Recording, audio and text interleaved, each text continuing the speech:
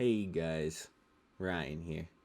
In today's video, I'm going to talk about how to be more accurate on controller and mouse and keyboard, but mainly for controller. If you guys enjoyed this video, maybe do consider leaving a like, maybe consider subscribing, but no worries if not. The very first thing I'm going to talk about is that smooth aiming is good aiming.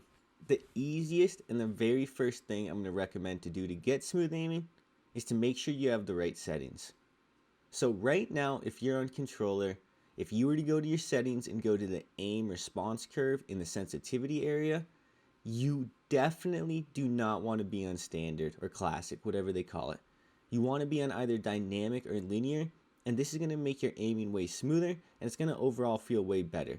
If you really do like the standard default option, you can use it. However, I definitely recommend to actually try dynamic or linear, because that's going to make your aim way smoother. It's going to make you win way more close range gunfights, and it's going to make your ability to track your opponents 10 times easier.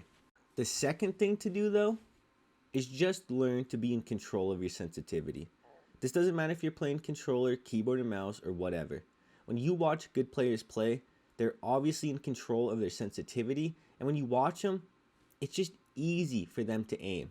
And it's not always easy to aim. I'm not saying it is. But when you watch good players and you watch their ability to aim, it's just because of practice, and it's because they're using the sensitivity they're comfortable with, they have the muscle memory for, and they feel comfortable on it. Whenever you watch a good player, I know I gotta keep saying whenever you watch a good player, blah, blah, blah. But I mean it. Whenever you watch one, watch how smooth their aim is, and just watch how in control they look. When I watch a lot of players, they look the exact opposite. They never look in control of gunfights. They never feel like they're going to win gunfights because they don't really control the recoil. They don't know how to. They don't feel comfortable with it. They don't overall just understand how to aim and track people with accuracy. And this shows in their gameplay. And a big reason for this is the second topic I'm going to talk about. And that's that you don't ever build up muscle memory. Your sensitivity, your recoil control, you can learn all of these things by building up muscle memory, by stacking repetitions, and by actually focusing on improving this part of your gameplay. All of this is it's muscle memory. It doesn't matter if you're keyboard and mouse, if you're on controller. If you're always changing your sensitivity, if you're always messing with your setup, if you're always just never allowing yourself to build up that muscle memory, you're not going to get better. And when you use different guns in Warzone, you're messing up that recoil control. Because guns in Warzone, they have kind of similar recoil patterns every time you shoot it. There's some variance, it's somewhat random. For the most part, it's the exact same recoil control and recoil pattern, and you can literally learn to control the recoil on a gun by just using it.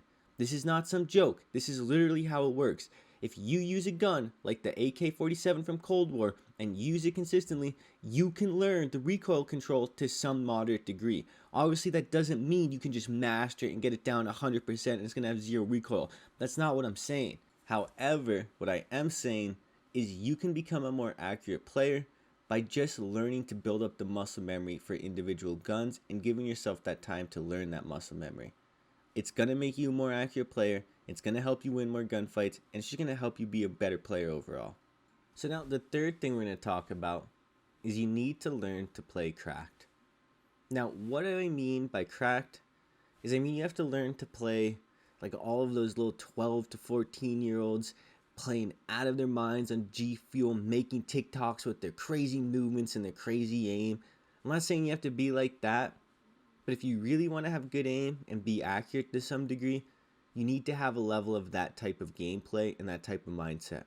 You have to be ready for the chaos. You have to be ready for people to have crazy movement. You have to have good movement yourself. You have to just embrace whatever people are doing. And the faster your brain is processing everything, the faster you're moving through the mental checklist of things you need to do, the easier it's going to be for you to hit your shots and to just be winning gunfights. I can't stress it enough. A good player, a truly good Warzone player, is a smart player that also is very talented and skillful. You need a mixture of both. Sometimes when you're trying to stay alive and you're just trying to hit those shots, you just have to be cracked. Doesn't matter how good your centering is, it doesn't matter how smart of a player you are. Sometimes you just need to access that extra level of skill and just outplay your opponents. Of course, a lot of the time you need to be smart. You need to be putting yourself in a good position. You need to center extremely well. But sometimes there's some dude sitting in the corner. You have to 180-degree turn on him, flick on him, put your aim on his head, hit a nice little jump shot, keep your accuracy the entire time while controlling recoil, and that's what you need to do. But people, they don't want to learn that because it's difficult, and I get that. I understand it's not easy. It takes a lot of practice. But I promise, if you truly want to be a great player, and I know a lot of the people that watch my videos do, if you truly want to get 20, 30 kill games, then you need to be a smart player. You need to have that nice, smooth aiming. You need to center well. You need to have all those fundamentals down. But you also just need to be cracked. I know I keep using that word, but it's really just the best word to describe it. I don't know another word that's really going to encapsulate what I'm trying to say. But you need to be energetic. You need to be on point. You need to sometimes just react quicker than you think you can. And I know that's not what some people have in their play card. And I know that's not what some people really are best at. And I'm not saying you need to be great at it. But you just need to have a certain level of that. And you need to have a certain level of that mindset to really succeed at Warzone. Once again, guys, I hope you enjoy this video. I hope you guys overall are enjoying my coaching videos recently. And I hope you're just enjoying Warzone recently. It's been Ryan. I hope you have a good day. Peace.